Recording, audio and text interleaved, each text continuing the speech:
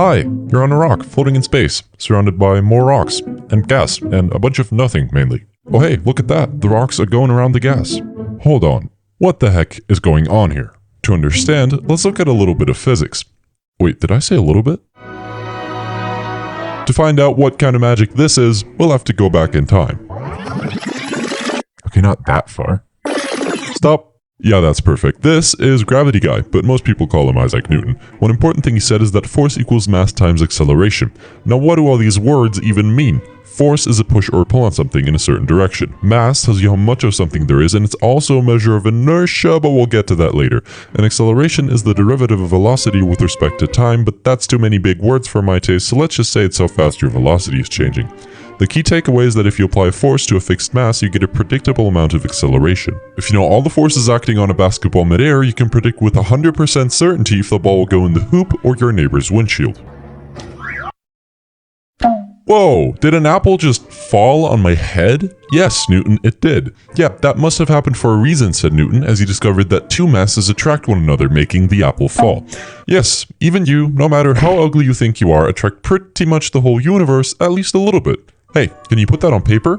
Yup, said Newton, who gave us the law of universal gravitation. In other words, how much do bodies pull on each other given their mass and distance times a constant. Bigger mass, bigger pull. Bigger distance, smaller pull. Actually, a lot smaller pull. You see, as the distance increases, the force gets smaller by the square. That, my friends, is the inverse square law. Gravity is also the reason why planets in our solar system orbit the sun. They got their initial velocity when the solar system formed out of spinning gas, and since there's nothing in space to stop them from moving, they'll keep moving. Hey, that's Newton's first law. The sun is so massive that the force of gravity keeps pulling the planets towards the sun, but the planets are fast enough to essentially fall towards the sun but miss it, and this goes on forever, creating a round orbit. Actually, that's kind of a lie. Most orbits are not perfectly round, but more egg-shaped, and Pluto's orbit is just a complete mess, but you get the idea. In this case, the gravity is what we call a centripetal force. One thing many people confuse is mass and weight, and no, they're not the same. Mass tells you how much of this blob there is, and weight is the force of gravity the blob would feel. To make things clear, your mass would be the same on the Earth and on the Moon, but the weight you would perceive is different because the Moon has a weaker gravitational pull, meaning a weaker force acting on your mass. So really, you're not overweight, you're just on the wrong planet. Alright, enough about Newton, let's break some stuff. If you ever dropped your phone, it might look like this. What the hell, ground? Why'd you do that? The answer is energy. You know, the thing kids have after eating gummy bears. Energy has the unit joule, and it's not like force. It doesn't have a direction, it's just a number that's kinda chilling there as a property of a thing. You see, there's two main kinds of energy, kinetic energy and potential energy. In plain English, energy of movement and stored energy due to some circumstance. For example, when you held your phone, it stored gravitational potential energy due to being held above the ground at a certain height. Once you dropped it, that potential energy was converted into kinetic energy as the phone fell. Then it smashed into the ground, and the phone absorbed some of the energy, making the screen go boom. Work is defined as force applied over distance. For example, if you lift an apple by 1 meter, you would have done about 1 joule of work. This happened by converting chemical energy stored in your body to gravitational potential energy stored in the apple. As you may have noticed, energy and work have the same unit joule, so they must be the same thing? No, energy is the total amount of work that a thing could possibly do, and work is just the stuff that actually happened and required energy. If you try to lift a weight that's too heavy for you, you'd feel like that took a bunch of work, right? Well, yes, but your feelings are invalid in the face of physics. Mathematically, no work has been done, because work is force applied over distance, and since you didn't move the weight at all, no distance means no work. The key thing to remember about energy is that it cannot be created or destroyed, only converted. AKA the conservation of energy. Okay, but a car that's moving has kinetic energy. When the car stops, assuming the car doesn't smash into a wall, where does that energy go? When you apply the brakes, there's friction between the brakes and the wheels, causing the car to slow down and creating heat as a byproduct. That heat is then dissipated into the surrounding air, and that makes the molecules in the air move faster. Things that move have kinetic energy, so ultimately, the kinetic energy is transferred from the car to the air. With this knowledge, we can define that temperature is just the average kinetic energy of atoms in a system. You see, all atoms, not just molecules in the air, wiggle, like this. The faster they move, the hotter things get. That is temperature.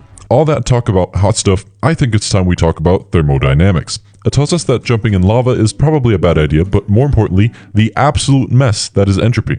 Literally, it tells you how much disorder there is in a system, indicating the number of possible states a system could be in. For example, get an ice cube, no, not that one, yeah, that's perfect, and put it in the sun. The sun will obliterate the ice cube and turn it into water. Looking at the structure of ice and water, we can see that ice is more neatly organized than water, which just kind of goes all over the place. Also, the water could look like this, or even this, but the ice will always look a little something like this. In total, the system went from low entropy to high entropy, meaning more disorder and more possible microstates. This trend applies to everything. The whole universe is on an unstoppable path to higher entropy. It's also the reason why time seems to only go forwards. Practically, entropy tells us that some forms of energy are more useful for doing work than others. Burn some gasoline and your car will move, spitting out heat and gas. That heat and gas is pretty much gasoline, just in the form of higher entropy. And as you can imagine, this stuff won't really make your car move, and the gas won't spontaneously turn back into liquid gasoline, meaning the form of gasoline with lower entropy is more useful for doing work. Okay, but if you put some water in the freezer, will it not decrease in entropy? Yes, but the fridge is not an isolated system and will heat up the room more than it will cool down the water, increasing the total entropy. Want to see some magic? Whoa, what just happened? Some electrons apparently moved through some wires and let there be light. What is going on here? Objects have a fancy something called a charge. It can be positive or negative, or if you have the same amount of both, an object is neutral. Electrons have a single negative charge. The flow of electrons is called electric current. To describe it, we use three parameters: current, voltage, and resistance. Current is the amount of electrons passing through a wire in a given amount of time. Voltage is what pushes the electrons to move, but simply put, it's a difference in electric potential, so you can imagine it as a slope that goes from high potential to low potential, where the flow of current goes downhill. And resistance is pretty self-explanatory. This is Coulomb's law. Wait a minute, this is just Newton's law of gravitation in disguise. This tells us that electric charges attract each other in a similar way masses do. Opposites want to cuddle, while like charges literally couldn't think of a more disgusting thing than to be with one another. These four equations explain pretty much all of electromagnetism, but don't be scared just because they look scary. I mean, yeah, they do, but it's simpler than it seems at first. The first one states that if there's an electric charge, there will be an electric field, or this big E, emerging from it. Add another and you have an electrostatic field. These lines tell us in which direction a charged particle would feel a force at any given point. The second one tells us the same for magnetic fields, and even though electric charges are cool and can be alone, magnetic poles are not. They're very lonely, and there will always be a north pole together with a south pole, and a single pole can never be alone. Okay, now here's where things get kinda freaky. You know how electric charges only act on other charges and magnets only affect other magnets? Well, that's only true if they're not moving. The third and fourth Maxwell equations tell us that a moving magnet creates an electric field and a moving charge or electric field creates a magnetic field. One consequence of this is that current can seemingly come out of nowhere by moving a magnet next to a conductor. The moving magnet creates an electric field which makes the electrons inside the conductor go crazy. That is called induction. In other words, electric and magnetic fields are so tightly linked that they are two parts of the same bigger thing. Let's say we have a charge. Since it doesn't move, it has a static electric field. If we accelerate the charge, there will be a magnetic field around it. That magnetic field interacts with the electric field, which again changes the magnetic field, and this is a sort of chain reaction that makes the electromagnetic field radiate outwards into space as an electromagnetic wave. Depending on the frequency, the human eye can actually see this. It's called light, but most of the spectrum is invisible to the human eye and is used for things such as Bluetooth, wireless charging, and confusing human apes into thinking magic is real. Hey, can we go back to the water and look at those molecules? Yeah, those. What are they made of? The molecules are made of atoms. Atoms are made of a core and some electrons. The core is made of protons and neutrons, both of which are made of quarks. They're strange yet charming from up top down to the bottom. Oh yeah, there's some more stuff, like for example the overweight brothers of the electron. All of this together makes up the Standard Model, which we believe to be the smallest things in the universe. At least that's the excuse we have for not knowing what quarks are made of. Fun fact, depending on the number of protons in the core, you get different elements. Depending on the number of neutrons in the core, you get different isotopes of the same element, most of which are a little overweight and very unstable, so they fall apart into smaller atoms. That releases ionizing radiation. Not so fun fact, that stuff will kill you. If you have a large group of atoms, you can predict when half of those will have fallen apart.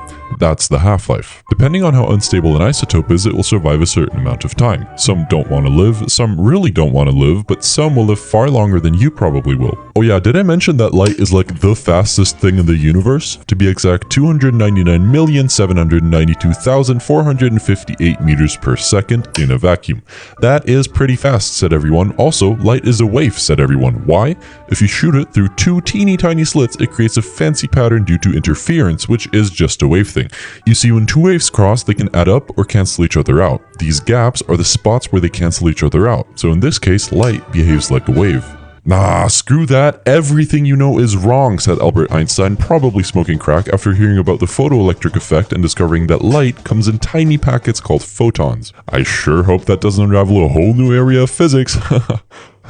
Anyway, he said, as he continued to casually drop an absolute bomb on the entire field of physics with his theory of relativity. He assumed the speed of light is constant because it arises from two other constants. He also assumed the laws of physics are the same for everyone, regardless if moving or at rest. Now think about it. If two people turn on a flashlight but one person is standing still while the other person is on a moving train, wouldn't the person standing still see the other person's light as going faster than the speed of light? The reality is, no, it would be the same as their own flashlight. That's impossible, except if time passes slower for that person from the perspective of this person.